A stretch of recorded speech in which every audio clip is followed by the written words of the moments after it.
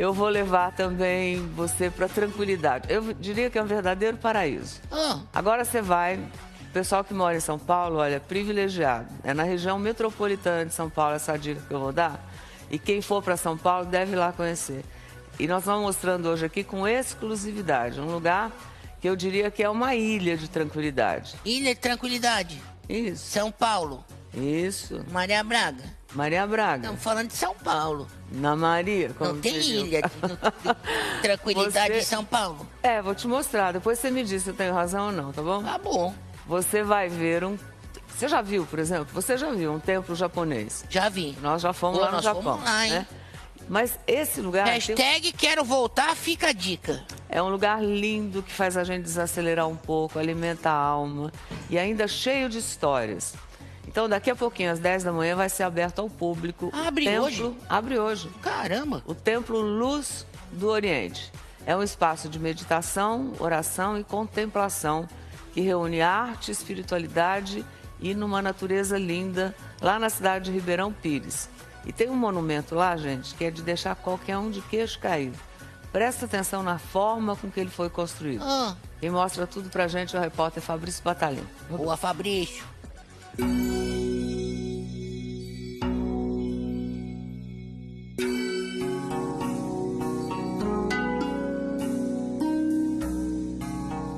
O dia parece perfeito para o passeio que começa às margens da represa Billings, na Grande São Paulo, para chegar ao nosso destino só de barco, numa viagem rápida que já introduz o clima de paz que nos espera.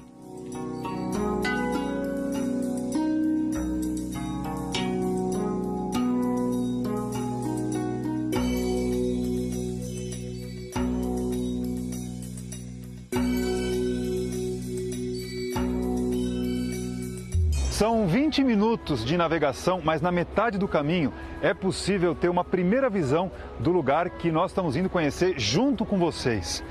E já daqui de longe, a imagem impressiona.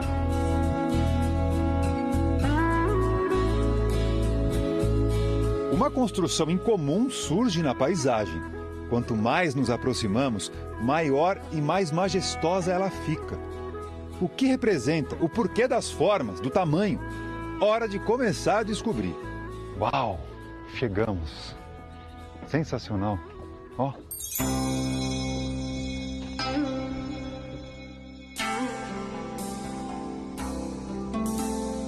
É um cenário que nos leva para longe. Tudo aqui tem cara de Japão. Estamos no Templo Luz do Oriente, um espaço cercado pela natureza com 70 mil metros quadrados que o mais você visita em primeira mão. Um lugar dedicado à fé e à espiritualidade que levou 12 anos para ficar pronto. Tudo aqui é muito diferente e belo, mas sem dúvida os olhos vão diretamente naquela direção, da torre de 32 metros de altura, equivalente a um prédio de 9 andares, com 5 telhados folheados a ouro. Réplica perfeita de uma construção japonesa. Foi o templo Horyu-ji, localizado na província de Nara, que serviu de inspiração para a construção da Torre Brasileira, batizada de Miroku. O original é o templo de madeira mais antigo do mundo, com 1.300 anos de história. Preservado até hoje graças à técnica de construção, a mesma usada na nova torre aqui no Brasil. Trabalho que o Maurício ajudou a fazer com as próprias mãos. Ele é filho do reverendo japonês que trouxe para cá o jeito milenar de erguer estruturas firmes e seguras. É difícil acreditar que algo desse porte possa ter sido feito sem o uso de nenhum parafuso ou prego. É tudo no encaixe, né, Maurício? É isso? Isso mesmo. É uma técnica milenar do Japão que tem o nome de miyadaiko. São marceneiros especialistas em construção de estruturas, em que usa-se somente os encaixes, peso da madeira, o pêndulo. Fica fácil entender olhando para essas estruturas. Uma se encaixa na outra e a última sustenta a viga maior. Esse miolo aqui, por exemplo, é só encaixe que a gente enxerga ali, né? Sim, sim. Você está vendo que um segura o outro? Dá para ver o encaixe que você se refere? Ele começa com uma peça menor, sim, essa primeira, que sustenta uma segunda maior, sim, que sustenta uma terceira maior ainda, sim, e que sustenta a viga principal. A técnica se repete nos 5 telhados. E a estética do monumento tem uma razão de ser.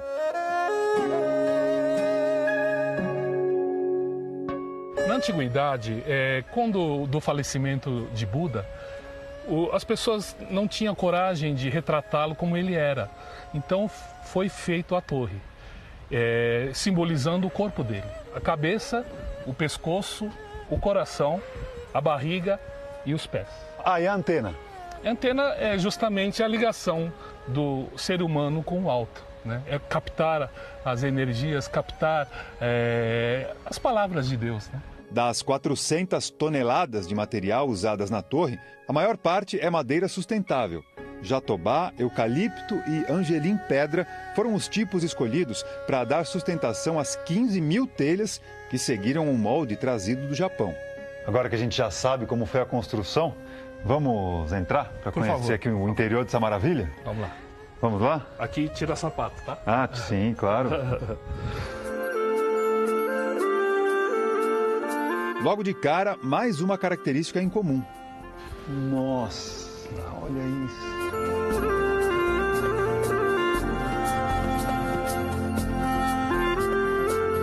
Esse é o único templo japonês no mundo com um vão livre, que permite enxergar até o topo da torre.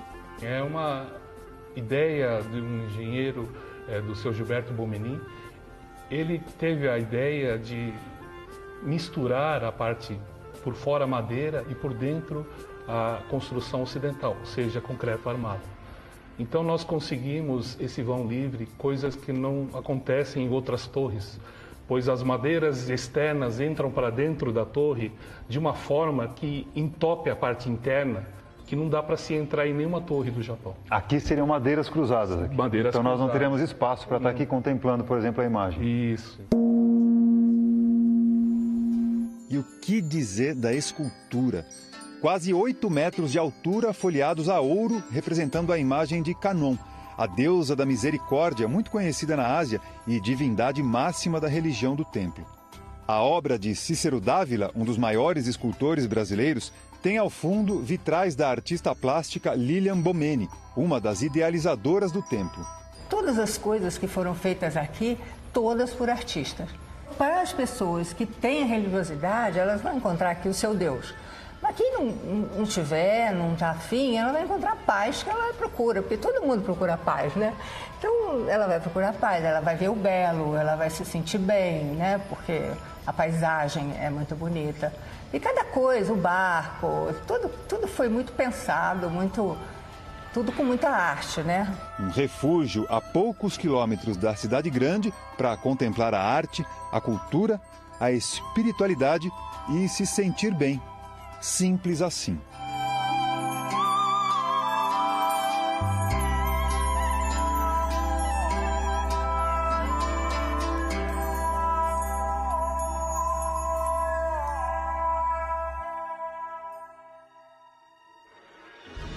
Isso aí, Fabrício, simples assim, não é? Que lugar lindo. Num mundo como esse que a gente vive hoje, né? Oh. E aí, gente, embora tenha essa riqueza de detalhes e até uma deusa, né, folhada a ouro, a Linda, deusa linda. Kannon, o Japão dá um exemplo de simplicidade, sabedoria, né? E esse templo é independente da crença que você tenha, né?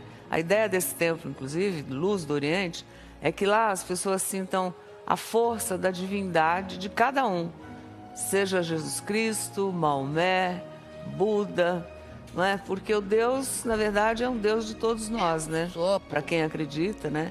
E isso tudo passado através da beleza que é esse lugar e esse templo, né? Que é uma linguagem universal. Todos possam, assim, atingir, né, a sua alma sobre o significado do nome, inclusive Miroku. Miroku. O reverendo Maurício explica que traz a ideia de um Deus criador de todos os seres, né? Boa, boa. E aí, o que a gente pode dizer dessa técnica aí, né? Construção sem prego, sem parafuso. Como assim? Né? Isso é doideira. Por isso, quem acha que 12 anos, né, foi muito tempo para a torre ficar pronta, Impressionante. entende o porquê disso quando vê o processo que foi feito, né? Primeiro foi a chegada das toras de madeira, né?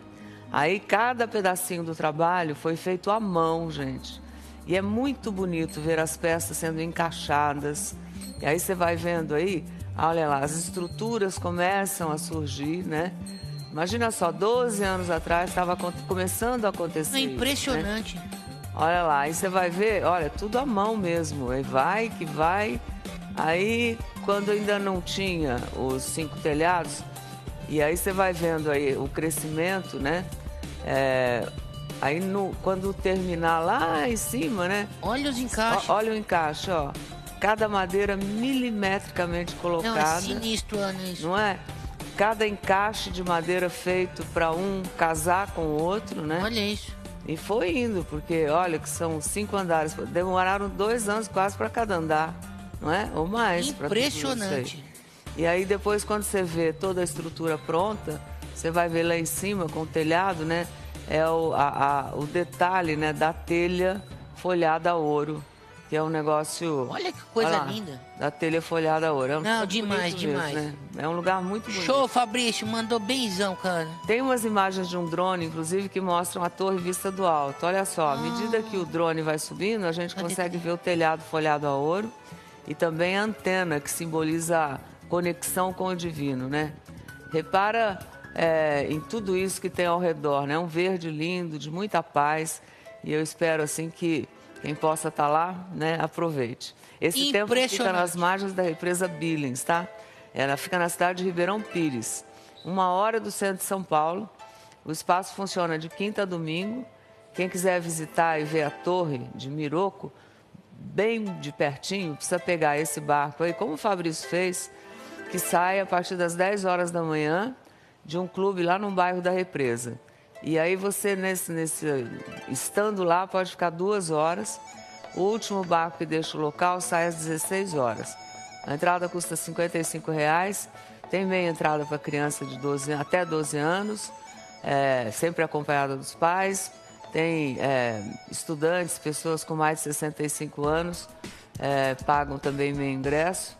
Futuramente vai ter um hotel, um restaurante, enfim, pretende se transformar. Mas isso é fruto de um sonho, né? É incrível. E aí eu quero aproveitar e mostrar uma coisa para vocês, porque eu tive a felicidade na vida de poder ir ao Japão algumas vezes. E os templos japoneses sempre me encantaram muito, né? E foi um privilégio eu visitar um deles na cidade de Nara, a antiga capital do país, que hoje é Tóquio, né? A capital. Era o templo de Todaiji. Lá é que está a maior estátua do grande Buda, assim. E ela é feita, gente, toda em bronze. Impressionante. Só o portal que a gente passa, que nos leva até o templo de Todaiji, tem 19 metros de altura e é todo feito com essa técnica que você acabou de ver aí. Da madeira, né? É da madeira do encaixe, né? Então, eu queria rever com você um pedacinho, porque eu fiquei com saudade, né? Vamos lá.